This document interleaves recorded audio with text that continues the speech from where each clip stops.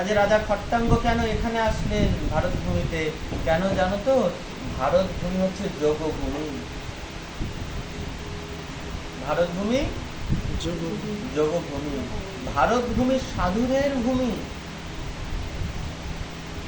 ভারত মাতৃকাকে অন্যান্য কোনো দেশ নিজেদের দেশকে মা বলে না। আমরা সেই ভারতবাসী যারা আমাদের দেশকে মা বলে ভালোবাসি।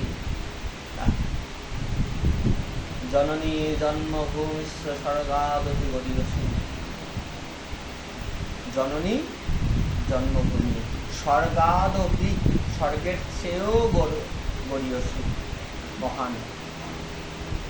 তাহলে ভারত ভূমি ছাড়া অন্য কোথাও ভজন হবে না।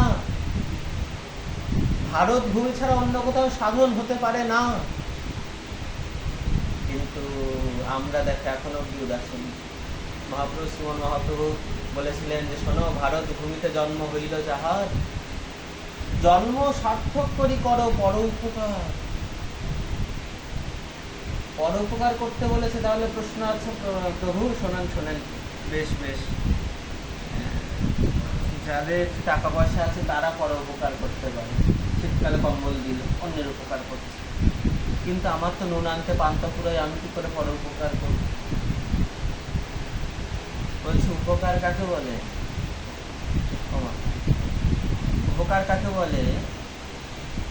যার যেটা প্রয়োজন সেই প্রয়োজনকে এমন ভাবে মেটাতে হবে যেন তার সেই বিষয়ে কোনো রকম কোনো সময় ক্ষুধা না থাকে।